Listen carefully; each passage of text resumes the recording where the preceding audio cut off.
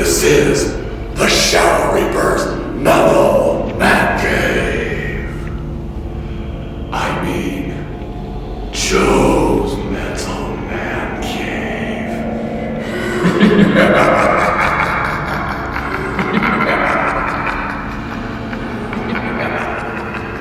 We will continue on where we left off months ago, talking about the evilest, grimmest metal of destruction and death. We have a collection update here, talking about gems from both the present and the past. Let's get into it.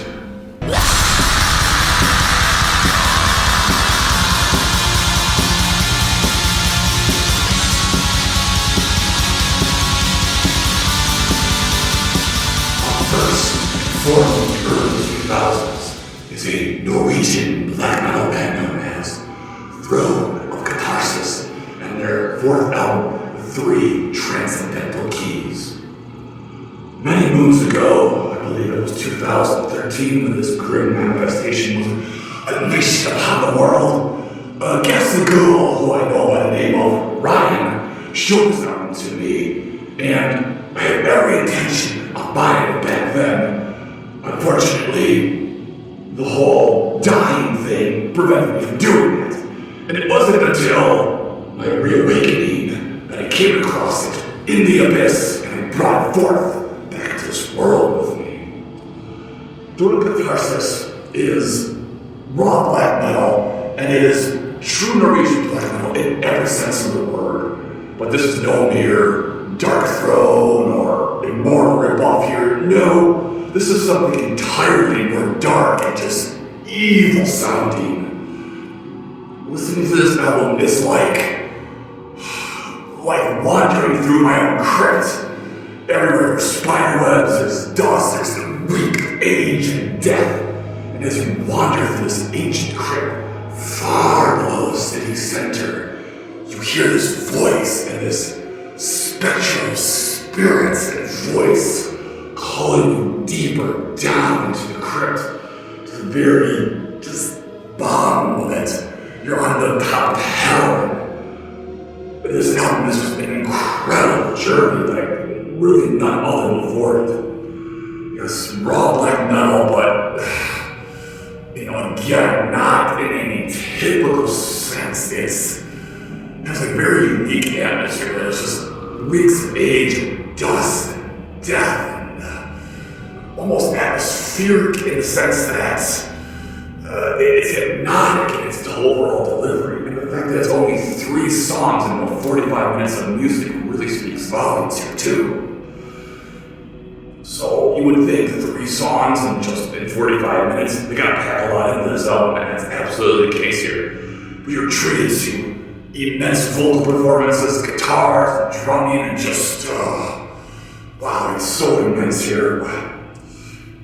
The vocals are surely a highlight here, as they sound like, as I said, some sort of spectral voice from the abyss.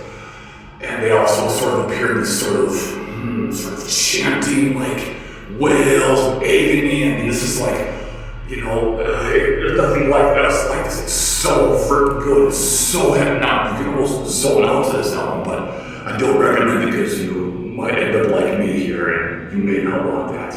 But this is just transcendental stuff like none other before it, and truth be told, this grim spirit here is not really a big fan of Norwegian black metal for the past 20 years or so. I mean, other than say like Celestial Bloodshed, I don't really find there to be a whole lot of really great bands in Norway these days. Well, there's Mani and there's V-Mob, they're pretty cool too, they're up there, but Norway's is not what it quite was, back in the 90s, back when I was alive and well, back when I was stalking around castles and graveyards and all that kind of stuff. It's just an immense album, so let's take a closer look at that. Yes, look at that album cover. There's the back cover. CD here. Let's see if oh my goodness, Shadow Reaper has a little bit of a problem with his shadow blows here. Oh my god, my hand just fell off. Okay, we're doing okay here, ladies and ghouls. There's another look at the front cover there.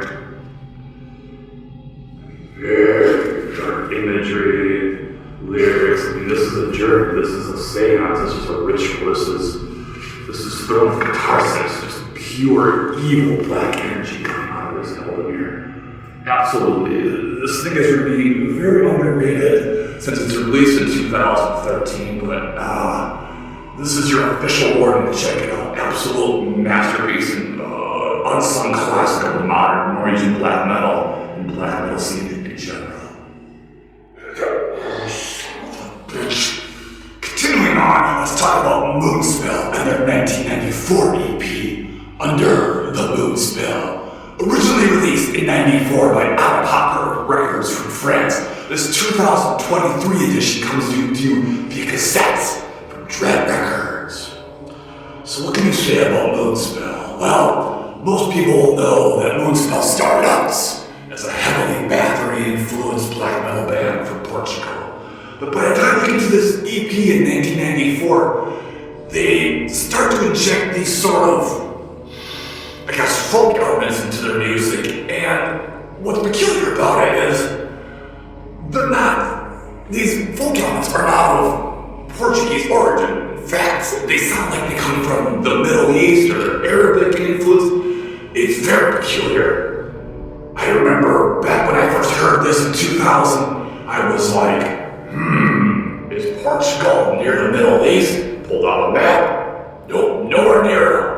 So why the band had these strange Middle Eastern influences a mystery to everyone. But for what it's worth, and regardless of their origin, this was a pretty interesting thing to do back in 1994. So musically, we are presented, I guess, melodic black gothic metal with, Arabic and folk influences, some backing female vocals here and there, and a really diverse range of vocal styles from lead singer Fernando. Lyrically, it's very occult sounding and just different from what would come from Moonspell in the very near future. I feel like this is probably the last truly black metal sounding recording from Moonspell, and even this is arguable. I'm sure the diehards and the cool kids would be like, no, it's just a demo. But no, this is probably their last truly black metal recording. It's by the time you get to Wolfhard, it's overly clean and melodic sounding, and while yes, there are some grim and raspy vocals on that record, it would be a far cry to call it a black metal recording. So yes, this 2023 edition from Dread Records also contains a bonus track from their pre-Moonspell band, which is called Serpent God, and it's very raw, very ugly sounding, but it's a cool edition. I already have it on the little box set you see behind me here. Perhaps you remember the video I put up last summer when Joe was still alive before I possessed this soul. You remember that, don't you? You've all been following the Shadow Reaper, Joe, for a long time now. So anyway, if you've not heard this, it's highly recommended. Very strange, but very good gothic black metal with a lot of really peculiar Middle Eastern and other folk influences to it. Take a look at the J card. Actually, I hope you can see that well because I, the Grim Spirits, are pretty much blind with this, without my human glasses, or whatever. Oh no. all the coffee. Alright, time to end this review. Like that. Continuing on. What the hell? Continuing on, we are going to talk about another Norwegian black metal band. This is Ragnarok from Norway. Originally released in 1997 on Have Not Found Records, the band's second album, A Rising Realm, is quite different from what the band is more known for nowadays.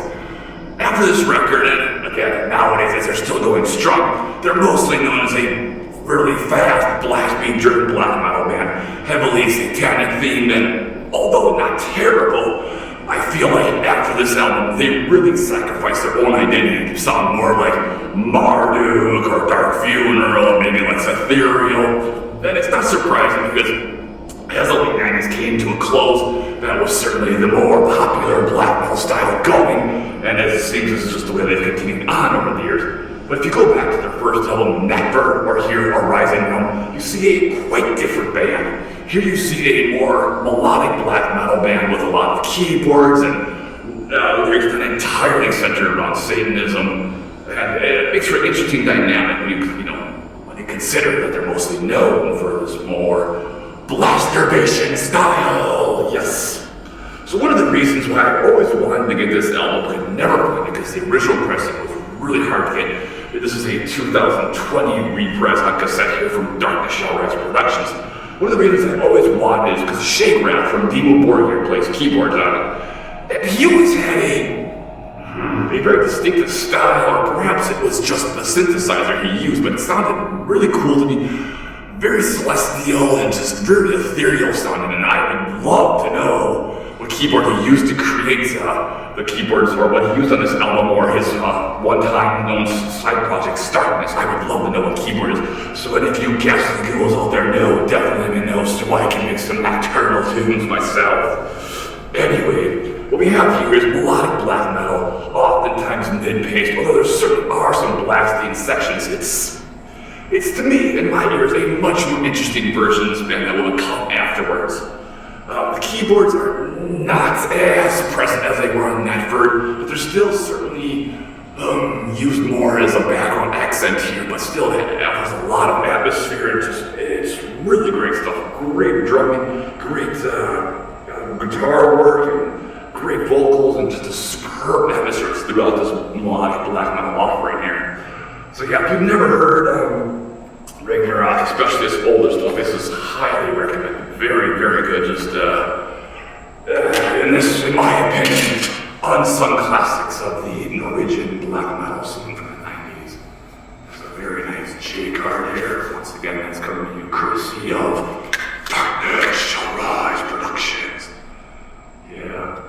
Notably, and unfortunately, back in 2017, their bass player, Yerv, he joined me in the Abyss as he was unfortunately killed in a car accident, so rest in power to him. As for the rest of you, check out A Rising Realm. Yes then, just two more to talk about in this here collection update. Let's stay in Norway and talk about Dismal Euphony and their 1996 album, Soria Ria Slot. Dismal Euphony, like a lot of Norwegian black metal bands, went through various manifestations and monikers before settling on Dismal Euphony in 1995. This debut album from the band is an interesting mix of, I guess you would say, classic Norwegian black metal intermingled with the then emerging Norwegian gothic metal scene. Confused? Well, let me explain. Probably the best way to describe this album is early Satyricon, think Dark Medieval Times, The Shadow Throne, intermingled with Theater of Tragedy and Tristania, and you'll kind of have an idea of what this recording sounds like. Now, an interesting thing to mention right from the get-go, of course, is this mix here that was used on this 2023 reissue is not the proper mix. I guess shortly after the album was released, Napalm Records used not the version of the band one, and then it was re-released like a year later or 6 months later, and you get the better mix or production. So I don't honestly know what the other mix sounds like, but rumor has it the other mix is way better. But I wanted this album for many, many years, and it's been sold out and hard to get, and Truth be told, I think it has a lot to do with the album cover. And, well, what have we got here? We have literally the worst computer art ever created by mankind, I think. We have a beautiful woman on the cover whose soul I love to reap, and her flesh I love to ravage. And within the waterfall, you see some sort of grim face watching you going, I'm gonna get you, bitch. Yes, and well, as you can see, she's enjoying her lovely shower in the waterfall.